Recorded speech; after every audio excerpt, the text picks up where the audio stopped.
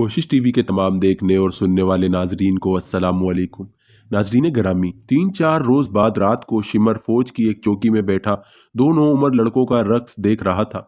ایران کے شاہی درباروں میں ایسے لڑکوں کا رقص مقبول تھا جن کے جسم لڑکیوں کی طرح دلکش اور لچکدار ہوتے تھے۔ انہیں ایسا لباس پہنایا جاتا تھا جس میں وہ نیم ارایا رہتے تھے۔ شمر شاہی خاندان کا فرد تھا۔ اس رات یہ 2 لڑکے اس نے اپنے سپاہیوں کے لیے بلوائے تھے۔ شراب کا دور چل رہا تھا۔ سپاہی چیخ چیخ کر داد دے رہے تھے۔ شراب میں بدمست ہو کر 2-3 سپاہیوں نے بھی لڑکوں کے ساتھ ناچنا شروع کر دیا۔ شمر کے حکم پر ان سپاہیوں کو دوسرے سپاہی اٹھا کر چوکی سے باہر پھینک آئے۔ یہ چوکی چھوٹا سا ایک قلعہ تھا، لیکن اس کے دروازے رات کو بھی کھلے رہتے تھے۔ ایرانیوں کو تو کسی دشمن کے حملے کا خطرہ تھا ہی نہیں۔ وہ اپنے آپ کو ناقابل تسخیر سمجھتے تھے۔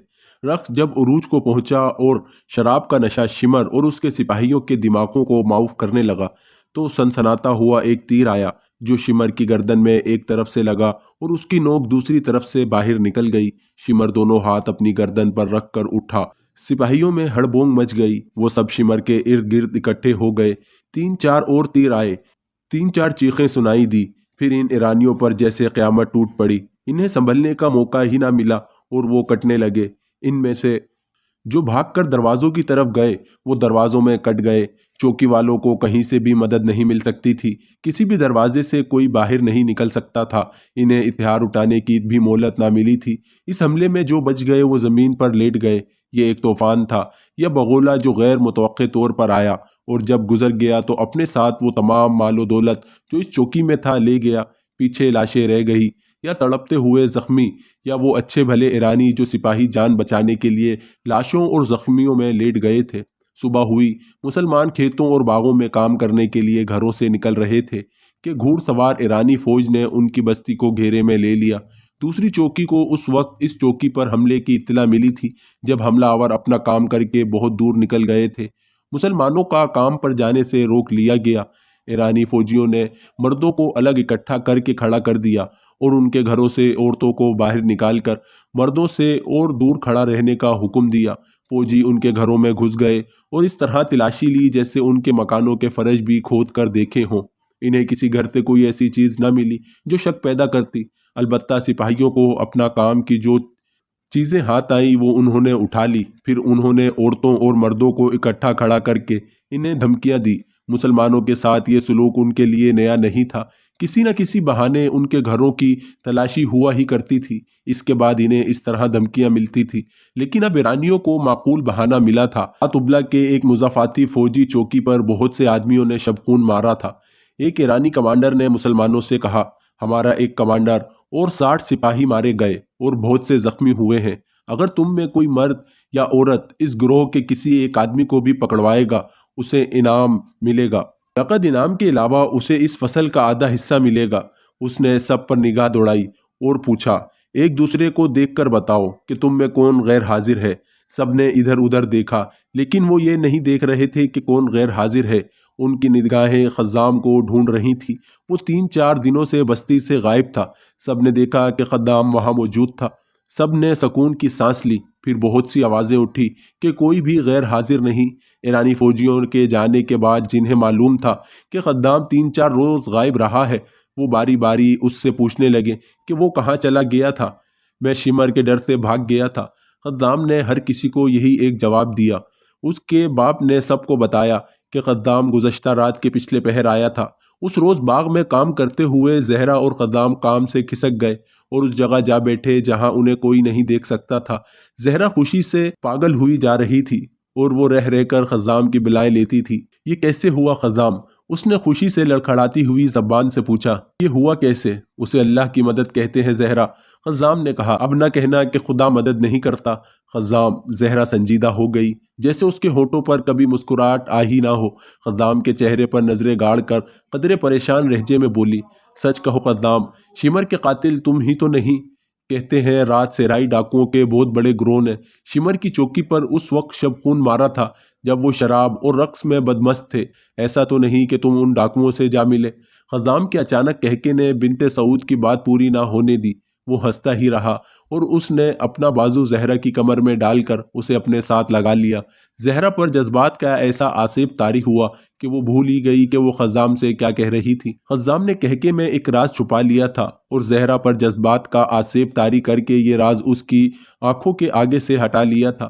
زہرا کو یہ خطرہ نظر آیا تھا کہ خزام غیر معمولی طور پر دلیر، غیرت مند اور جسمانی لحاظ سے طاقتور اور پھرتیلا ہے۔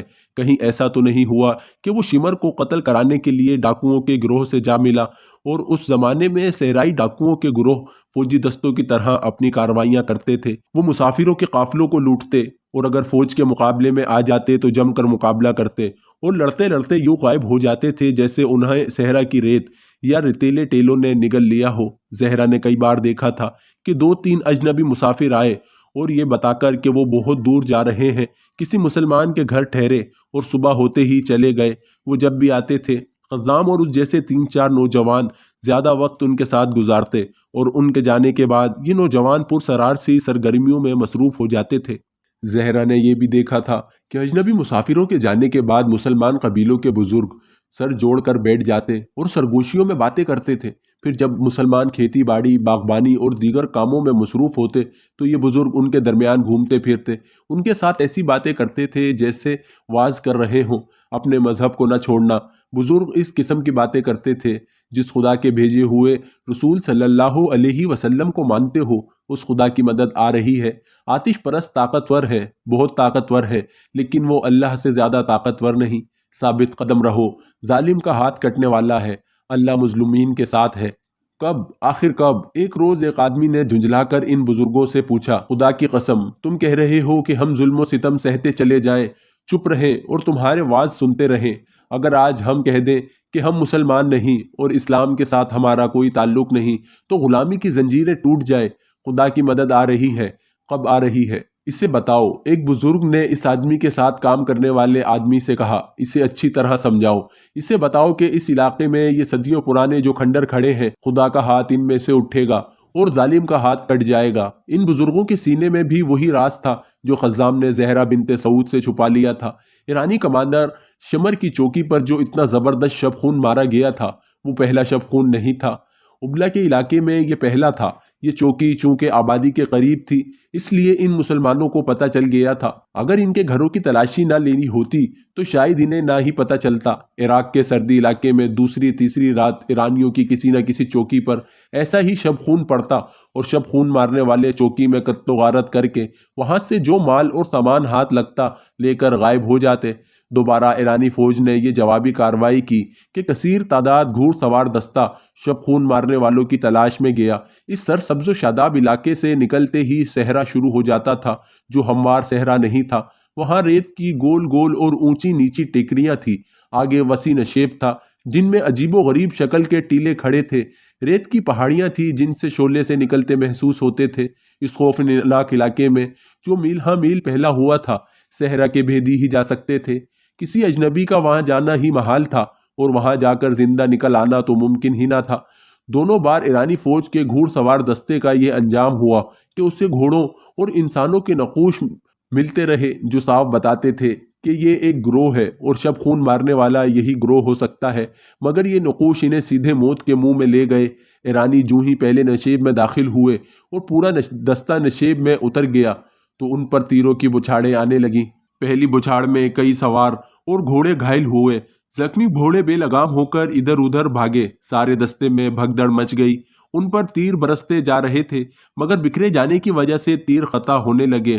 بھول بھلیا جیسے اس نشیب میں سے چند ایک گھوڑ سوار نکلے، ان کے ہاتھوں میں برچھیاں تھیں، ان کے کرتے بڑے لمبے اور سروں پر سیاہ کپڑے اس طرح لپیٹے ہوئے تھے کہ ان کے چہرے اور گردنیں بھی ڈھکی ہوئی تھی، ان کی صرف آنکھیں نظر آتی تھیں۔ ان گھوڑوں کے قدموں میں اور ان کے سواروں کے بازوؤں میں ایسی پھرتی تھی کہ ایرانی سوار جو پہلے ہی ہراساں تھے برچھیوں سے زخمی ہو کر گرنے لگے۔ ان میں سے کئی ایک بھاگ نکلے۔ وہ ٹیلوں اور گھاٹیوں والے نشیب سے تو نکل گئے، لیکن ریت کی گول گول ٹیکڑیوں میں داخل ہوئے تو وہ گھومنے لگے۔ ان سینکڑوں ٹیکڑیوں میں جو ایک دوسری کے ساتھ ساتھ کھڑی 3-4 میل کی وسعت میں پھیلی ہوئی تھی، یہی خطرہ ہوتا تھا کہ کوئی اجنبی ان کے اندر چلا جائے تو وہ اندر ہی اندر گھومتا رہتا تھا، نکل نہیں سکتا تھا، آخر تھک کر بیٹھ جاتا تھا۔ پیاس سے حلق میں کانٹے چبھنے لگتے اور ریگستان کے یہ گول گول بھوت اسے بڑی اذیت ناک موت مارتے تھے۔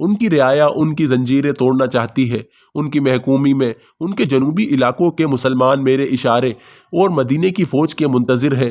تجھ پر رحمت ہی رحمت ہو مثنیٰ۔ امیر المومنین نے کہا، لاریب تیری باتیں میرے دل میں اتر رہی ہیں۔ میرا اگلا قدم وہیں پڑے گا جہاں تو کہتا ہے۔ کیا یہ بہتر نہیں ہوگا کہ میں سالاروں کی مجلس سے بات کر لوں یا امیر المومنین؟ مثنیٰ نے کہا، فیصلہ وہی بہتر ہوتا ہے جو صلح مشورے کے ساتھ کیا جائے، لیکن میں امیر المومنین سے اجازت چاہوں گا کہ میں جو کہنا چاہتا ہوں وہ کہہ لوں، اور آپ میری باتیں سالاروں کے سامنے ضرور رکھیں۔ دجلہ اور فرات جہاں ملتے ہیں وہاں کے بڑے وسیع علاقے میں عربی قبیلے آباد ہیں جو سب کے سب مسلمان ہیں۔ چونکہ وہ مسلمان ہیں اس لیے وہ آگ کے پجاری بادشاہوں کے جو ظلم و ستم کا نشانہ بنے ہوئے ہیں۔ مسجدوں پر بھی ان کا حق تسلیم نہیں کیا جاتا۔ فارسیوں کے ہاتھوں ان کی جان محفوظ نہیں اور ان کی عزت بھی محفوظ نہیں۔ وہ مسلمان فصل اگاتے ہیں، جو پک جاتی ہے تو آتش پرست ذمہ دار اور فوجی اٹھا کر لے جاتے ہیں۔ وہاں مسلمان مزارے ہیں اور انہیں دھتکاری ہوئی مخلوق سمجھا جاتا ہے۔ وہ مسلسل خوف و ہراس میں رہتے ہیں۔ ان کے خلاف الزام صرف یہ ہے کہ وہ مسلمان ہیں، اور کفر کے طوفانوں میں بھی وہ اسلام کی شمع روشن رکھے ہوئے ہیں۔ وہ مدینے کو روشنی کا مینار سمجھتے ہیں۔ امیر المومنین، اگر آپ بیٹھے یہ سوچتے رہے کہ دشمن بہت طاقتور ہے تو وہ روز بروز طاقتور ہوتا جائے گا، اور مسلمان مایوس ہو کر اپنی بھلائی کا کوئی ایسا طریقہ سوچ لیں گے جو اسلام کے منافی ہوگا۔ میرے چھاپا ماروں نے جو کامیابیاں حاصل کی ہیں وہ آپ کی فوج کے لیے جو زمین ہموار کی ہے وہ دشمن کے حق میں چلی جائے گی۔ کیا رسول اللہ صلی اللہ علیہ وسلم مظلوم مسلمانوں کی مدد کو نہیں پہنچا کرتے تھے؟ خدا کی قسم میں ان کی مدد کو پہنچوں گا۔ خلیفہ ابو بکر رضی اللہ تعالیٰ عنہ نے کہا، اور اپنے پاس بیٹھے ہوئے ایک سالار سے پوچھا، ولید کا بیٹا خالد رضی اللہ تعالیٰ عنہ کہاں ہے؟ یمامہ میں آپ کے اگلے حکم کا انتظار کر رہا ہے یا امیر المومنین؟ انہیں جواب ملا، کوئی تیز رفتار قاصد بھیجو اور اسے پیغام بھیجو کہ جلدی مدینہ پہنچے۔ خلیفہ ابو بکر رضی اللہ تعالیٰ عنہ نے کہا، فارس کی بادشاہی سے ہم اللہ کی تلوار کے بغیر لڑ نہیں سکتے۔ خلیفہ مثنیٰ سے مخاطب ہوئے، اور تم مثنیٰ واپس جاؤ اور عرب قبیلوں کے جس قدر لڑنے والے آدمی اکٹھے کر سکتے ہو کر لو۔ اب تم میں کھلی جنگ لڑنی پڑے گی جو تم شب خون اور چھاپوں کے انداز سے بھی لڑ سکتے ہو، لیکن اپنے فیصلوں میں تم آزاد نہیں ہوگے۔ خالد رضی اللہ تعالیٰ عنہ سالار اعلیٰ ہوں گے، تم اس کے فیصلوں کے پابند ہوگے۔ تسلیم امیر المومنین مثنیٰ بن حارثہ نے کہا، ایک عرض اور ہے، اس علاقے میں جو عرب قبیلے ہیں وہ سب کے سب مسلمان نہیں، ان میں عیسائی بھی ہیں اور دوسرے عقیدے کے لوگ بھی۔ وہ سب آتش پرستوں کے خلاف ہیں۔ فارس کے آتش پرست ان کے ساتھ بھی وہی سلوک کرتے ہیں جو مسلمانوں کے ساتھ کر رہے ہیں۔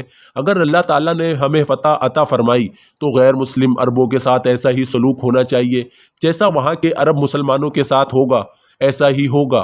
امیر المومنین نے کہا، جنہوں نے اسلام کے خلاف کچھ نہیں کیا، اسلام ان کی پریشانی کا باعث نہیں بنے گا۔ تم آج ہی روانہ ہو جاؤ۔ کوشش ٹی وی کے تمام دیکھنے اور سننے والے ناظرین کو السلام علیکم۔ ناظرین گرامی، 3-4 روز بعد رات کو شمر فوج کی ایک چوکی میں بیٹھا 2 نوعمر لڑکوں کا رقص دیکھ رہا تھا۔ ایران کے شاہی درباروں میں ایسے لڑکوں کا رقص مقبول تھا جن کے جسم لڑکیوں کی طرح دلکش اور لچکدار ہوتے تھے۔ انہیں ایسا لباس پہنایا جاتا تھا جس میں وہ نیم ارایا رہتے تھے۔ شمر شاہی خاندان کا فرد تھا۔ اس رات یہ 2 لڑکے اس نے اپنے سپاہیوں کے لیے بلوائے تھے۔ شراب کا دور چل رہا تھا۔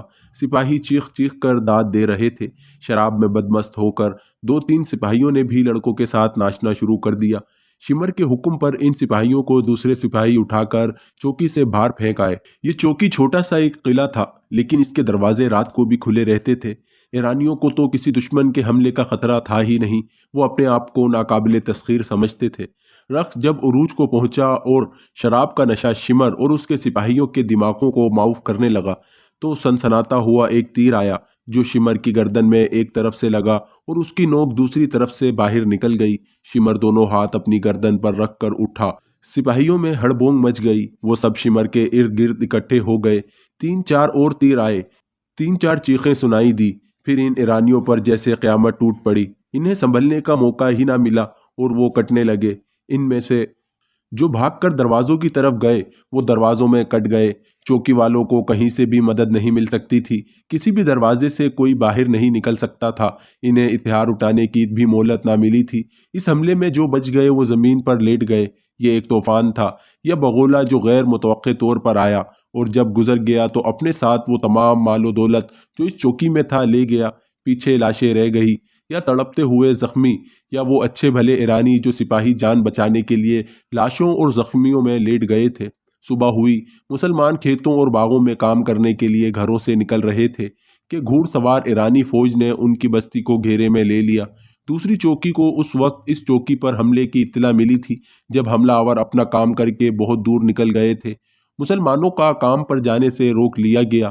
ایرانی فوجیوں نے مردوں کو الگ اکٹھا کر کے کھڑا کر دیا اور ان کے گھروں سے عورتوں کو باہر نکال کر مردوں سے اور دور کھڑا رہنے کا حکم دیا۔ فوجی ان کے گھروں میں گھس گئے اور اس طرح تلاشی لی جیسے ان کے مکانوں کے فرش بھی کھود کر دیکھے ہوں۔ انہیں کسی گھر سے کوئی ایسی چیز نہ ملی جو شک پیدا کرتی۔ البتہ سپاہیوں کو اپنا کام کی جو چیزیں ہاتھ آئیں وہ انہوں نے اٹھا لی۔ پھر انہوں نے عورتوں اور مردوں کو اکٹھا کھڑا کر کے انہیں دھمکیاں دی۔ مسلمانوں کے ساتھ یہ سلوک ان کے لیے نیا نہیں تھا۔